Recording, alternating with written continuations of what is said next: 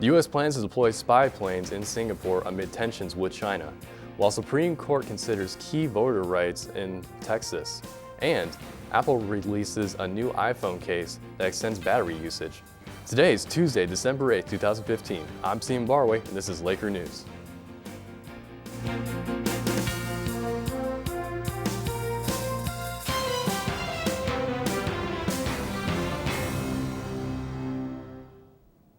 The United States has agreed with Singapore on a deployment of the USPA Poseidon spy plane in Singapore this month, in response to China over its pursuit in territorial claims in South China Sea. China, which is at odds with Washington, said this morning that the move is aimed at militarizing the region.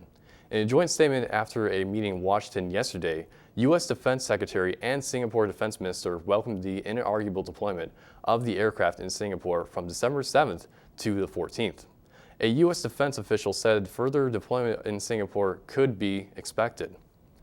This afternoon, the Supreme Court will hear arguments in a case revolving around the 14th Amendment, one person, one vote principle.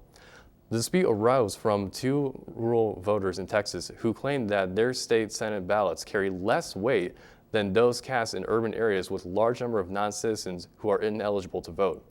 Defenders of the one-person, one-vote system say that all residents of the political jurisdiction deserve equal representation, whether they are allowed to vote or not. Challengers to the current system say that voters, not people, should have relatively equal political clout. They say that the current system gives fewer voters in some districts a greater voice than larger numbers of voters in other districts. An Air France flight from San Francisco to Paris was diverted to Montreal after an anonymous threat. This morning, an airline official confirms that the passengers have landed and disembarked safely. Fire trucks and police cars met the plane, while Canadian authorities verified the aircraft passengers and baggage. Air France said that they will carry out an investigation to determine the origin of the threat and promise to send passengers safely to their destinations. As of this time, Air France will not elaborate on the content of the threat. Donald Trump calls for the U.S. to refuse to let any Muslims from anywhere into the United States because he considers their faith rooted in hatred and violence.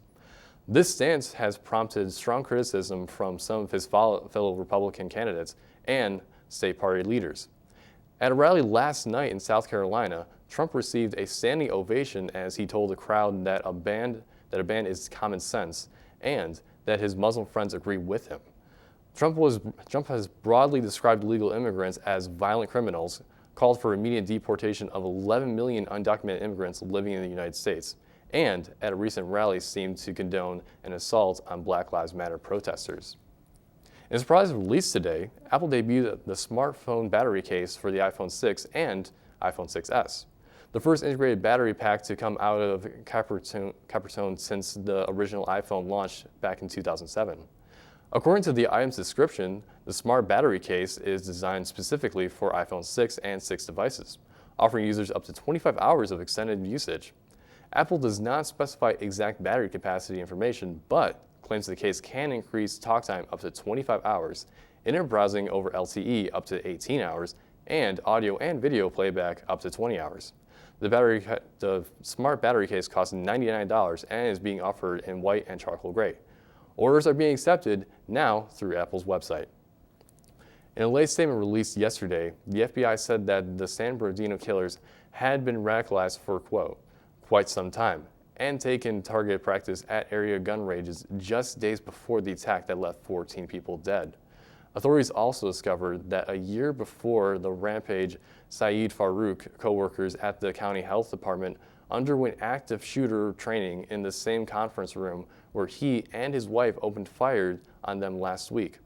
According to San Bernardino County spokeswoman Felice Cardenita, it was not immediately clear whether or not Farouk attended last year's session.